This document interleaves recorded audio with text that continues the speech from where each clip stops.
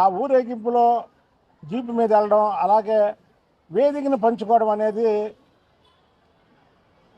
యావత్ రాష్ట్రమే కాదు,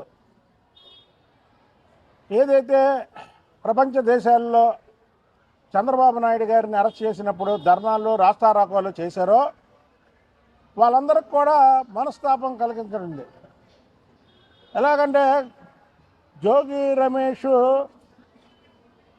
చంద్రబాబు నాయుడు గారి ఇంటి మీద దాడి చేసి అసెంబ్లీలో ఒక 10-15 మంది చెత్తగాళ్ళందరూ కూడా చంద్రబాబు నాయుడు గారి కుటుంబం గురించి మాట్లాడిన వాళ్ళలో జోగి రమేష్ ఒకడు.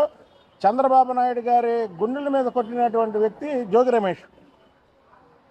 కానీ అలాంటి జోగి రమేష్తో వేదికను పంచుకోవడం అనేది, అలాగే ఊరేగింపులో పంచుకోవడం అనేది యావత్ చంద్రబాబు నాయుడు గారిని అభిమానించే వాళ్ళని, చంద్రబాబు గారికి పార్టీతో సంబంధం లేకుండా చాలామంది దేశవ్యాప్తంగా ఆయన అభిమానిస్తారు. వాళ్ళందరినీ కూడా గుండెల మీద తన్నినట్టు అయింది.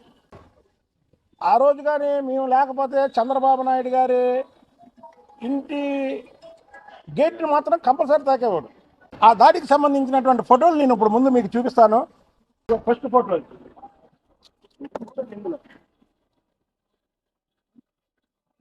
రెండో ఫోటో. నా బాగా అనుచరుడు తర్వాత చనిపోయాడు.